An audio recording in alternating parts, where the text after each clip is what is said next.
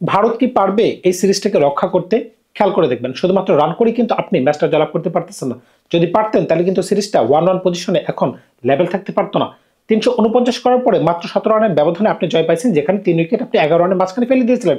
এমনকি 358 করার পরে আপনি বড় ব্যবধানে হেরে গেছেন সাউথ আফ্রিকার সাথে। সুতরাং বুঝতেই পারতেছেন, শুধুমাত্র রান করে আপনি ম্যাচটা জয়লাভ করতে পারতেছেন না। এখানে যেহেতু রানের প্রসঙ্গ চলে আসলো, বিরাট কোহলিকে নিয়ে একটু কথা বলতে চাই। সবাই কিন্তু এখন বলতেছে একটা কথা, বিরাট কোহলি কি পারবে 100 সেঞ্চুরি করতে? এখন কিন্তু 84টা আছে, আর মাত্র 16টা দরকার। সুতরাং বুঝতেই পারতেছেন টেকনিক্যালি কিন্তু পসিবল। কারণ কি 2027 বিশ্বকাপের আগে সম্ভবত 35 থেকে 40টা ম্যাচ কিন্তু আছে। তিনি যদি এক ম্যাচ অন্তর অন্তরে যদি একটা সেঞ্চুরি করেন তাহলে কিন্তু 100 সেঞ্চুরি মাইলফলকে তিনি পৌঁছাতে পারবেন। তবে জিনিসটাকে আসলেই সম্ভব? তবে তিনি যে ধরনের খেলা তিনি দেখাইছেন রাঞ্চিতে এবং রায়পুরে, অস্থির মানে অস্থির, যে ধরনের ফিটনেস তার মাঝখানে আছে, যেভাবে তিনি ছক্কা মারতে পারতেছেন। আগে তিনি যে ধরনের ডিফেন্সিভ অ্যাপ্রোচে খেলতেন, তিনি কিন্তু 80তে থাকার পরে কিন্তু 4 ছক্কা মারতে কিন্তু একবারও দ্বিধা করতে পারতেছেন না। সুতরাং বুঝতেই পারতেছেন বিরাট কোহলির নতুন অবতার কিন্তু এটা। তার পক্ষে কিন্তু সবকিছু সম্ভব। তিনি কিন্তু ওডিআই ক্রিকেটকে এমনভাবে অ্যাডাপ্ট করে নিয়েছেন, তিনি একমাত্র প্লেয়ার যার দ্বারা এই ধরনের রেকর্ড কিন্তু ভাঙা সম্ভব। সুতরাং বুঝতেই পারতেছেন, আপনি যদি বলেন না খাতা কলমে পসিবল না, তবে সেটা কিন্তু আমি মানব না। তবে যে ধরনের পিচে খেলা হচ্ছে, 2টা ম্যাচ যে খেলা দেখলাম আমরা, ভাই সম্পূর্ণ রাস্তা মাঝখানে খেলা হয়েছে। তা না হলে 347 রান এমনকি 358 রান, এটা তো ভাই চারটিখানি কথা না।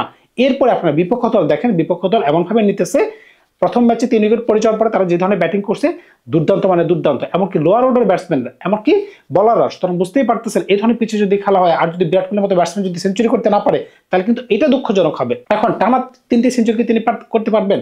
2 ম্যাচে তিনি 2টা করতে পারছেন।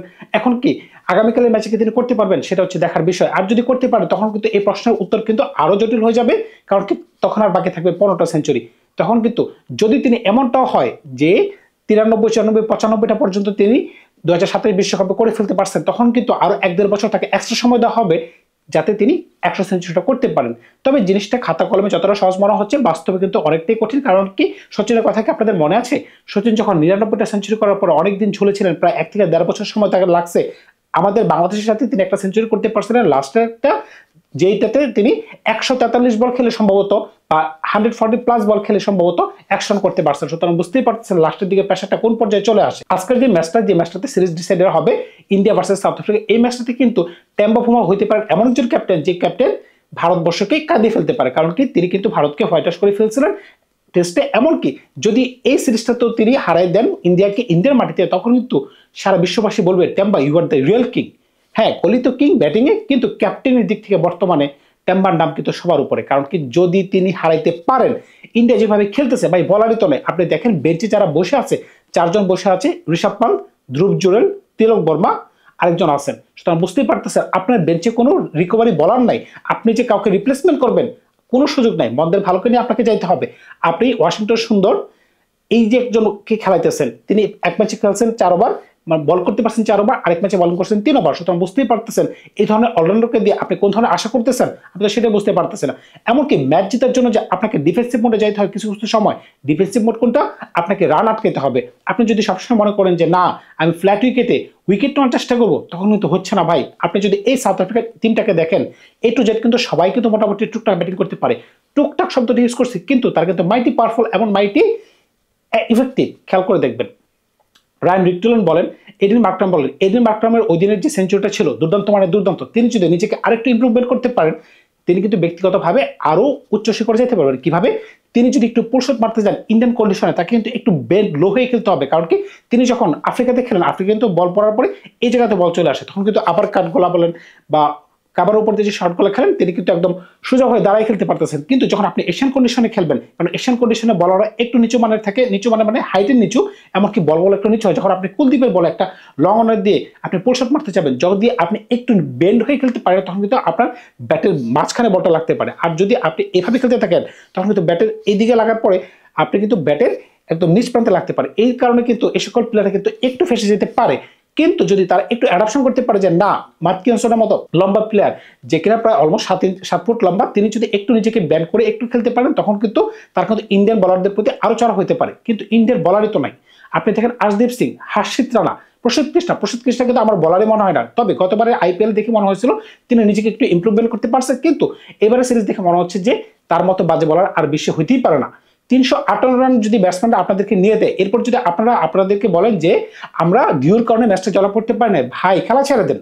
আশদীপ সিং তিনি একা কি করতে পারবেন? একমাত্র এই বলারটা একটু টুকটাক চেষ্টা করছে, কিন্তু একার পক্ষে তো ভাই 50 ওভারে খেলা জেতাটা সম্ভব না।